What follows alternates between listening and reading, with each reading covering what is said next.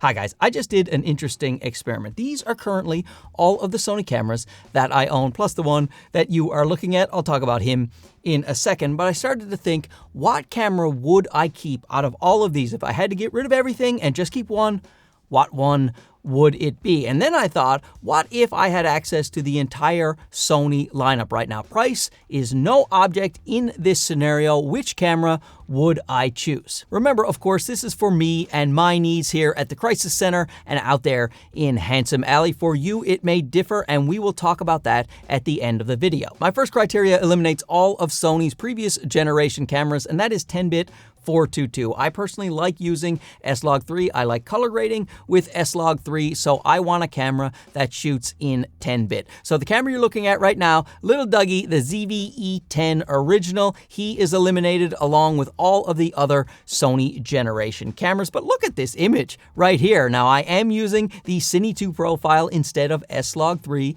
to color grade this particular footage, but I always say, if you are on a very tight budget, you want to shoot video, social media content, projects, short films, feature films, whatever it is you want to shoot, you can get an amazing image still out of the ZV-E10 original. However, Dougie, you are not in this contest any longer. It also eliminates the 1-inch sensor cameras like the ZV-1F, the ZV-1, and the ZV-1 II. So what we're left with are 3 APS-C cameras and a bunch of full-frame cameras. APS-C, we have the FX30, the A6700, and the ZV-E10 Mark II. For full-frame, we have the A1, the A1 II, the A9 III, the A7R5, the A7CR, the A7 IV, the A7C2, the ZV-E1, the A7S3, the FX2, and the FX3. The next criteria is because I shoot a lot of photos, and sometimes those photos are of fast-moving objects, so I really want a mechanical shutter in my camera. That eliminates the FX30, the ZV-E10 Mark II, and the ZV-E1. Now, the A9 III doesn't have a mechanical shutter, but it does have a global shutter, so there's no rolling shutter issues on that camera, so of course the A9 III is still included.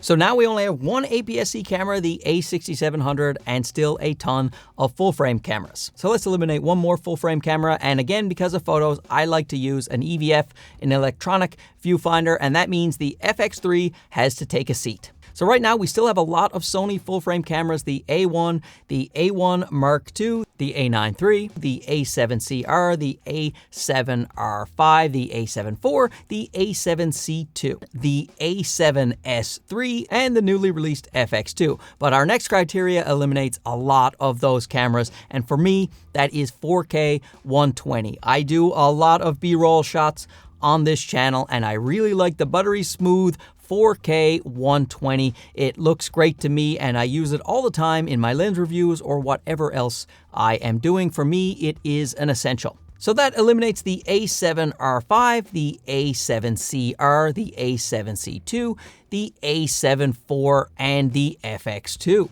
So now the only cameras that are left standing are the Sony A6700, the Sony A1, the A1 Mark II, the A9 III, and the A7S III. Let's take a moment to thank the sponsor of this fantastic video, and that is Ulanzi. As many of you know, my whole studio is basically Ulanzi. I have clips, I have these F38 plates, that's Falcam, sister company to Ulanzi. These Falcam plates are on their website. I have a backpack clip here somewhere on my backpack, of course, which is also from Ulanzi. Super cheap, BP09. I take it everywhere. You can just slide on your clip right there. You are good to go. The F38, so fast, ready to shoot, put it right back on there. I love this system. Little smoke machines that work fantastically well and will not break the bank. There's a massive sale going on at Ulanzi right now. This little Mac Mini looking device actually can attach to your Mac Mini if you buy a different accessory, and it has every port you will want under the sun, but it's also an SSD enclosure, so you can put an NVMe drive in here. They also sell cool devices for your phone, like these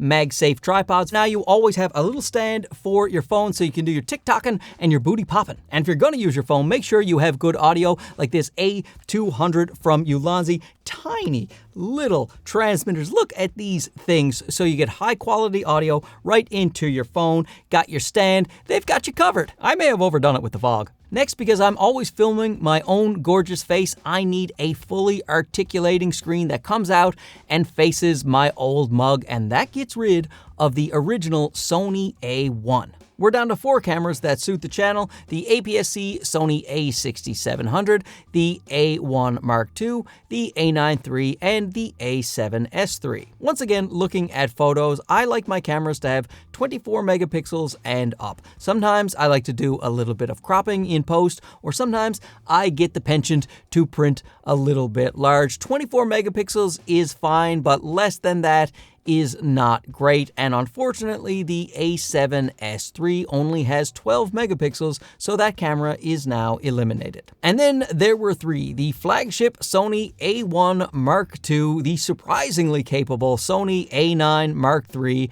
and the A6700. Now, when it comes to the winner of this particular contest, for the camera that suits me the best, I actually have to choose the A6700. And the main reason is the size and weight of this guy versus the other 2 cameras. You can get a really portable setup here with an APS-C camera and APS-C lenses especially. Look at this. This is the Sigma 18 to 50 f 2.8. So small and covert. I can take this around for street photography all day. I like to travel a lot. I like to have a lightweight setup running around with my family. This is such a capable camera. With all of the cameras you saw here today, the one I grab the most when I am running out the door is the A6700. And even though it's a compact camera, it is still robust. It is a weather-sealed camera. It has an EVF. It has a mechanical shutter. It has IBIS. You can stream 4K 30 right from the USB-C port. That will overheat after a while, so I like to have a little Ulanzi fan with me, and then it can just go indefinitely. It gets great battery life. You can shoot 4K 120 at a 1.5 times crop, but that is still plenty good for me. Wonderful video, wonderful photos from this little camera that is not too big, and if you start to factor in price, it is an absolute no-brainer. This is so much cheaper than the A1 Mark II or the A9 III. Now, of course, there are people out there who need, say, 2 card slots for redundant recording when they are doing pro work, or they want that big full-frame sensor with that dynamic range and also the light gathering capabilities. In low-light situations, those cameras will do you better than the A6700. As well, you can use those big fancy 1.2 and 1.4 full-frame lenses and get super blurry backgrounds. Personally, I don't like to do that. I find 1.2, 1.4 on full-frame lenses is just too mushy for me back there. If you take a portrait of someone, one eye is in focus, the other eye is blurry, and the ears are totally fuzzy. I really don't like the way that looks. I am fine with a 56mm 1.4 or even 1.7. Plus, Viltrox is making now, I almost knocked down my computer. Viltrox is making 1.2 lenses. The 27mm f1.2, the 75mm f1.2. So that 75mm is basically a 112.5mm full frame field of view with a 1.8 aperture in terms of its depth of field. So that really just obliterates the background. So those lenses are available if you want them. I just generally don't need them. Of course, I want an A1 Mark II and an A9 III and more cameras, all the bells and whistles that come with those cameras, but if I am being honest with myself, the A6700 is more than enough camera for me. Now, obviously, I have a mental condition where I buy many cameras, and I'm going to continue to do that. So this isn't the only camera that I will buy, but it's really the only camera that I need. But that is just me. Please tell me down below what Sony camera suits you best and why. List the reasons, and we can have a nice little discussion about it. Thanks for watching this. We'll talk to you again soon. Okay, bye-bye.